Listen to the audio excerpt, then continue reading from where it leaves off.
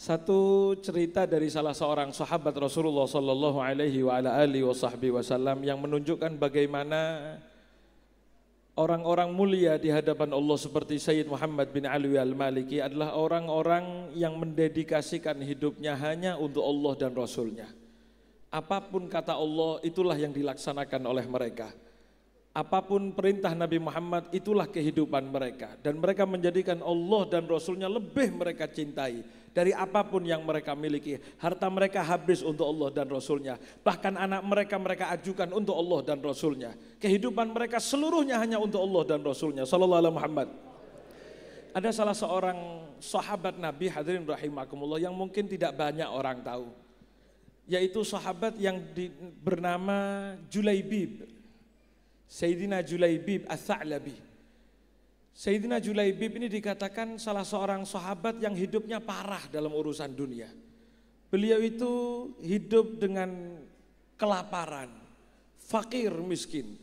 Hidupnya parah, keadaannya parah, bahkan hafil qadamain dalam riwayat dikatakan. Beliau itu tidak punya alas kaki. Untuk tempat tinggalnya beliau tidur di masjid beralaskan tangannya.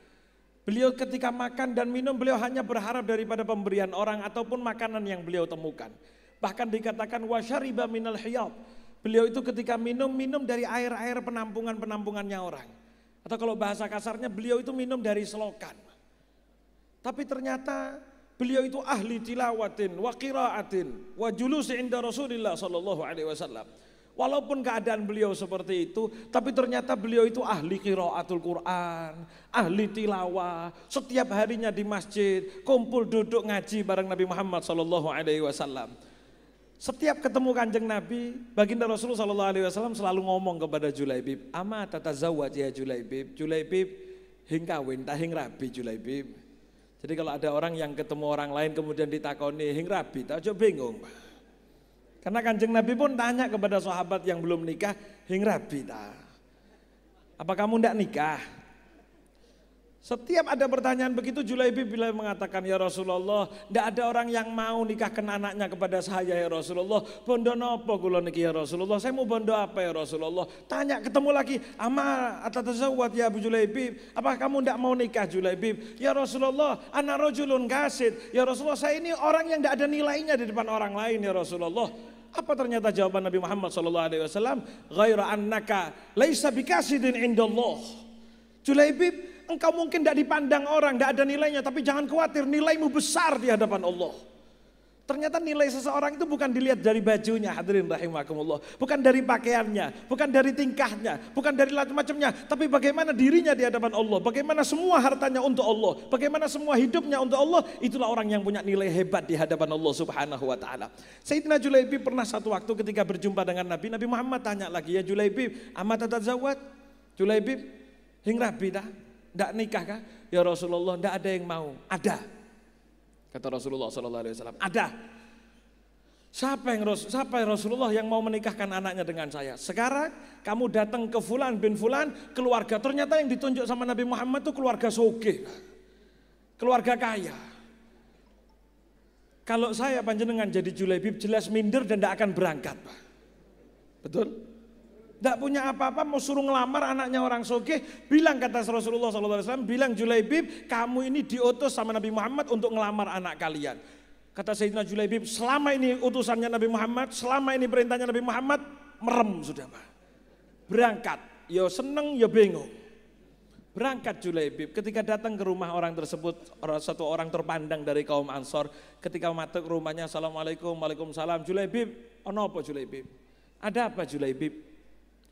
Kata Julaibib, Pak, mohon maaf, ana Rasulullah. Saya ini diutus sama Rasulullah. Saya ini utusannya Nabi Muhammad SAW. Oke, enten apa? Ada apa sama Rasulullah? Rasulullah katanya mau meminang anak antum. Alhamdulillah. Tapi mohon maaf, Kanjeng Nabi meminang untuk saya. Innalillah. Ini bahasa saya tapi Pak. Ketika dengar Julaibib bilang, untuk kamu Julaibib. Sebentar Julaibib. Saya mau tanya istri saya dulu ini. Tanya ke istrinya, Julaibib ini? Julaibib sing di Julaibib yang lain apa Julaibib yang biasa kita temui? Ya Julaibib iku wis. Kata istrinya, kadung Julaibib iku ya mohon maaf. Masa anak saya pasrahkan kepada orang seperti Julaibib? Ya kalau kepada Mas Abdul Ghafur ini kan enak nggih, Masya Allah. Pasrah, Masya Allah, ngaji enak nggih, sallallahu alaihi Muhammad. Kata ibunda perempuan tersebut mengatakan, tidak bisa, mohon maaf kalau Julaibib yang minta. Kalau Rasulullah yang minta kapanpun siap. Tapi kalau Rasulullah yang minta tapi untuk Julaibib gimana saya mau menyerahkan anak saya?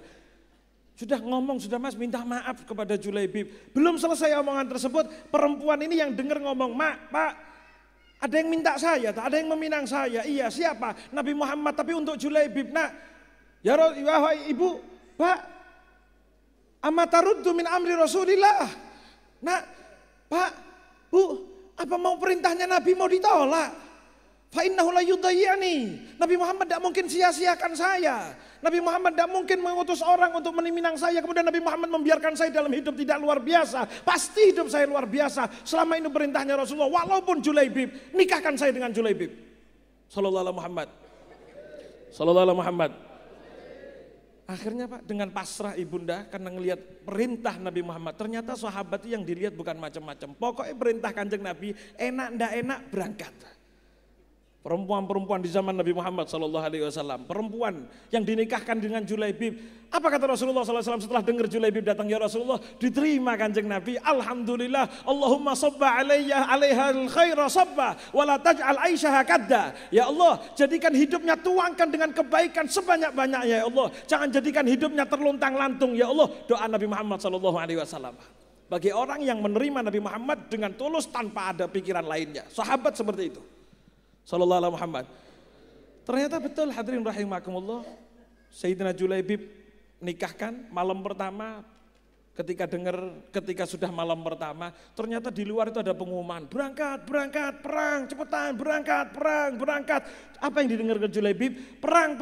Kalau saya sampaikan kan kopok-kopokan Pak, mohon maaf. Malam pertama nih Pak. Dengar berangkat, perang, berangkat, cepetan, berangkat, perang. Itu Julaibib langsung ambil yang dia miliki, mohon maaf nggih, ketemu kapan-kapan, berangkat Julaibib. Ternyata betul hadirin rahimakumullah, Julaibib berangkat, sampai di medan tempur Julaibib wafat. Ketika selesai perang, para sahabat ditanya sama Rasulullah SAW, hal tafqiduna min ahad? Apakah ada orang yang hilang, masih belum kalian temukan jasadnya? Ada ya Rasulullah, cari kata Rasulullah. Ketika selesai cari, hal tafkiduna ahad? Kanjeng Nabi tanya, ini yang ketemu mana? Ada lagi enggak yang lain? Enggak ada kayak Rasulullah. Cari coba. Sampai 3 kali Nabi Muhammad tanya, hal tafkiduna min ahad? Apa ada orang yang enggak kalian temukan masih? Enggak ada ya Rasulullah. Amma ana afqidu Julaibib akhi. Afqidu akhi Julaibib, kata Rasulullah SAW. Saya masih kehilangan saudara saya Julaibib. Mana Julaibib, jasadnya masih belum ada, kata Rasulullah SAW.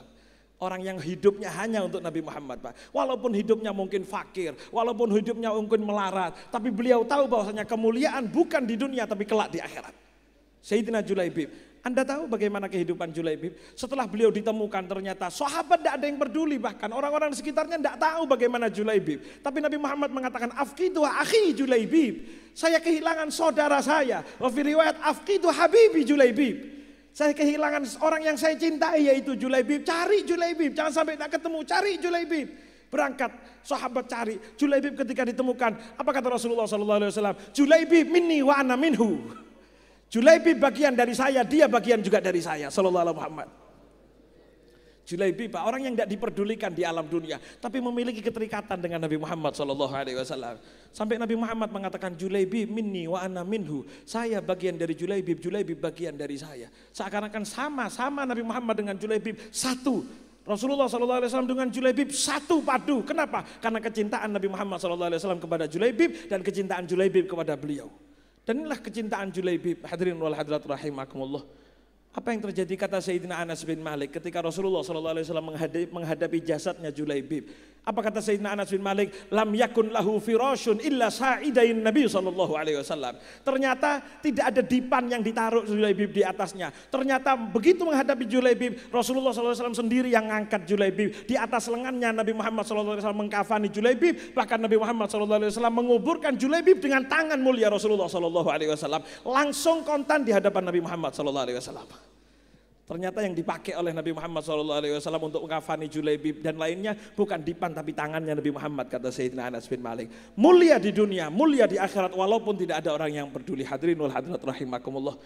Dan ternyata cerita selanjutnya ada pada kisah istrinya. Bagaimana istrinya ketika ditinggal wafat oleh Julaibib, ternyata banyak min kibaris sahabat akhirnya ngelamar istrinya Julaibib. Akhirnya hidupnya istrinya luar biasa, hidupnya Julaibib luar biasa. Apa semuanya? Sebabnya adalah karena mereka mendahulukan Allah dan Rasulnya. Allah Subhanahu wa taala dawuh, "Kul in kana aba'ukum wa abna'ukum wa ikhwanukum wa azwajukum wa ashiratukum wa amwalun iktaraftumuha wa tijaratun takhshawna kasada ahabba ilaikum minallahi wa rasuli wa jihadin fi sabilihi fatarabbasu hatta ya'tiyallahu bi amrih."